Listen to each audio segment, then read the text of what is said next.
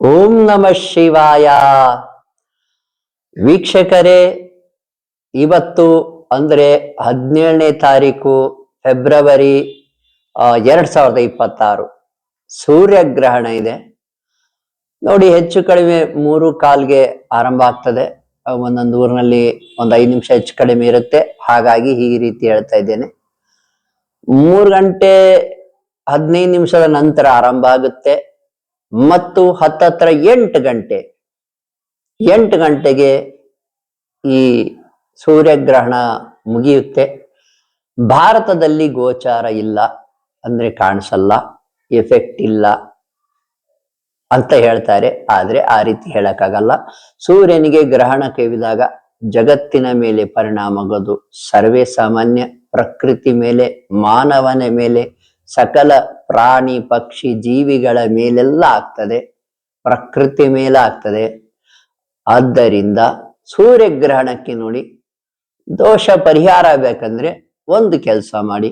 ಏನಪ್ಪ, ಗ್ರಹಣದ ನಂತರ 8 ಗಂಟೆ ನಂತರ ಸಾಧ್ಯವಾದರೆ 1 ಕೆಜಿ ಗೋಧಿಯನ್ನ ಯಥಾಶಕ್ತಿ, ನೀವು ಹೆಚ್ಚು ಕಡಿಮೆ ನಿಮ್ಮ ಶಕ್ತಿ ಏನಿದೆ, 1 ಕೆಜಿ ಆದ್ರೂ ಕೊಡಿ, 2 ಕೆಜಿ ಆದ್ರೂ ಕೊಡಿ, ನಿಮ್ಮಿಷ್ಟ. ಗೋಧಿಯನ್ನ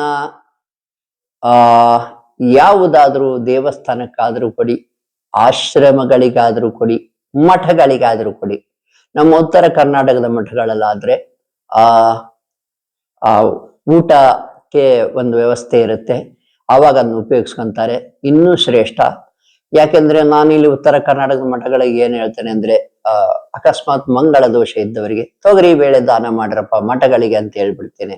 ಯಾವ ಮಠದಲ್ಲಿ ವಿದ್ಯಾರ್ಥಿಗಳಿಗೆ ಊಟದ ವ್ಯವಸ್ಥೆ ಇರುತ್ತೋ ಅಂತ ಮಠಗಳಿಗೆ ಹೇಳ್ಬಿಡ್ತೇನೆ.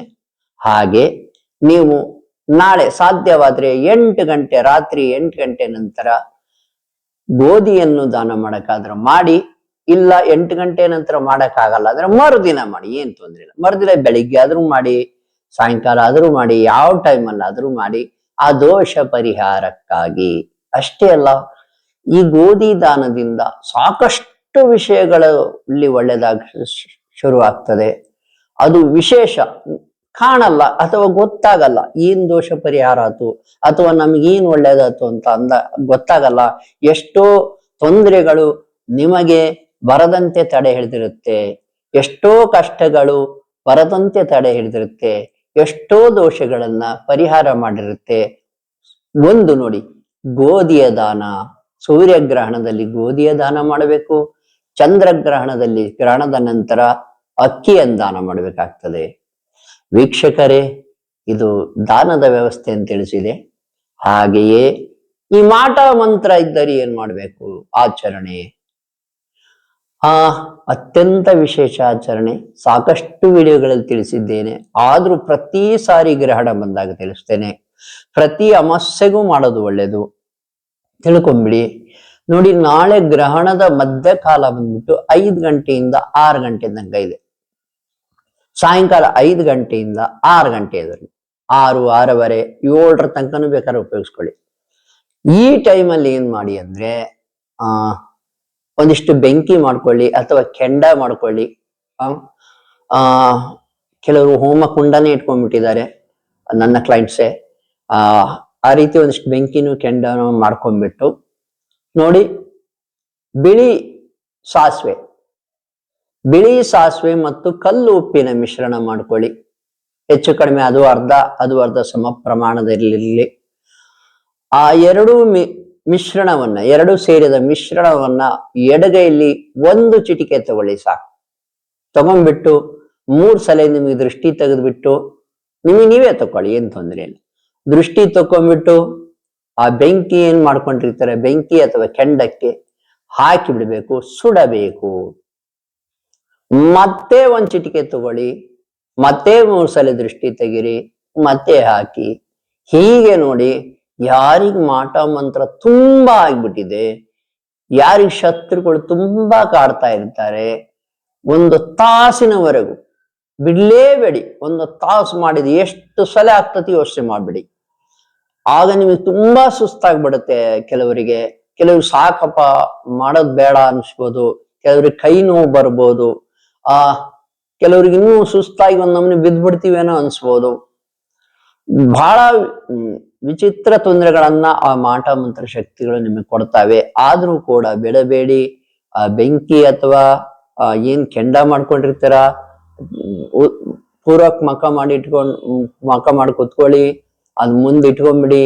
ಆ ಹೋಮ ಕುಂಡವನ್ನು ಇಟ್ಕೊಂತಿರೋ ಅಥವಾ ಕಬ್ಬಿಣದ ಒಂದು ಪುಟ್ಟಿ ಇಟ್ಕೊಂಡ್ಬಿಟ್ಟು ಅದ್ರಲ್ಲಿ ಕೆಂಡ ಮಾಡ್ಕೊಂಡ್ರು ಓಕೆ.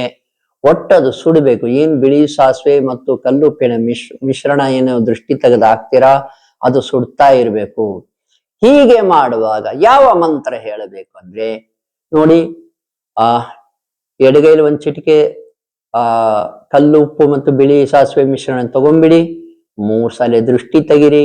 ಅದನ್ನು ಹಾಕುವಾಗ ಬೆಂಕಿಗೆ ಅಥವಾ ಕೆಂಡಕ್ಕೆ ಹಾಕುವಾಗ ಮಂತ್ರ ಹೇಳ್ಬೇಕಾಗಿದ್ದು ಹಂ ಹನುಮತೆ ರುದ್ರಾತ್ಮಕಾಯ ಹುಂ ಫಟ್. ಹಂ ಹನುಮತೆ ರುದ್ರಾತ್ಮಕಾಯ ಹುಂ ಫಟ್. ಹಂ ಹನುಮತೆ ರುದ್ರಾತ್ಮಕಾಯ ಹುಂ ಫಟ್. ನೋಡಿ, ಹುಂ ಫಟ್ ಅನ್ನುವಾಗ ಆ ಬಿಳಿ ಸಾಸಿವೆ ಮತ್ತು ಕಲ್ಲುಪ್ಪಿನ ಮಿಶ್ರಣವನ್ನು ಬೆಂಕಿಗೆ ಹಾಕ್ಬಿಡಿ. ಇಲ್ಲ ನಮ್ ಬೆಂಕಿಗೆ ಅಥವಾ ಕೆಂಡ ಮಾಡ್ಕೊಳಕ್ ಸಾಧ್ಯ ಇಲ್ಲ ಅಂದ್ರೆ ಏನು ತಲೆ ಕೆಡಿಸ್ಬೇಡಿ.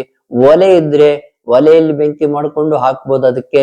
ಅಥವಾ ಇದು ಏನು ಗ್ಯಾಸ್ ಮೇಲೆ ಒಂದು ಹಂಚನ್ನು ಕಾಯಿಸ್ಬಿಟ್ಟು ಅದಕ್ಕೂ ಹಾಕ್ಬೋದು.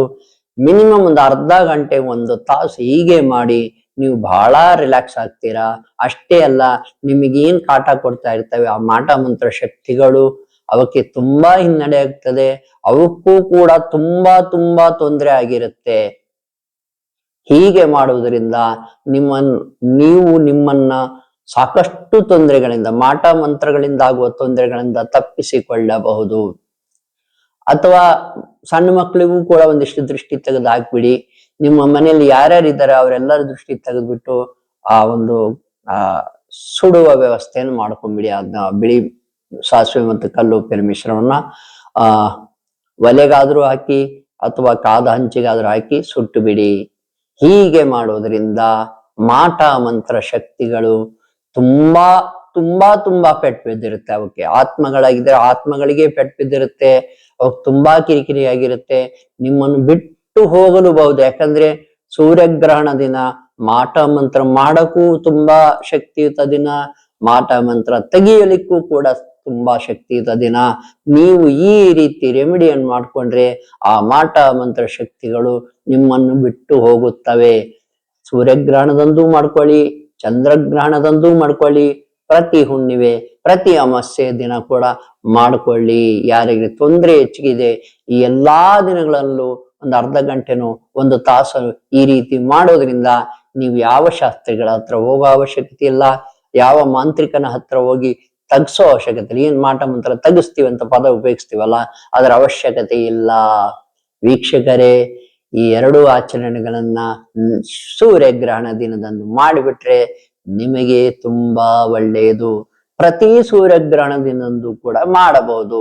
ಇದರಿಂದ ಒಂದು ಲೆವೆಲ್ ಗೋಧಿ ದಾನ ಮಾಡೋದ್ರಿಂದ ಪಿತೃದೋಷವು ಕೂಡ ನಿವಾರಣೆ ಆಗ್ತಾ ಇರುತ್ತೆ. ನೋಡಿ, ಸಾಕಷ್ಟು ದೋಷಗಳನ್ನ, ತೊಂದರೆಗಳನ್ನ ತಪ್ಪಿಸ್ಕೊಳ್ಬಹುದು. ಮಾಟ ಮಂತ್ರಗಳಿಂದಲೂ ತಪ್ಪಿಸ್ಕೊಳ್ಳಬಹುದು.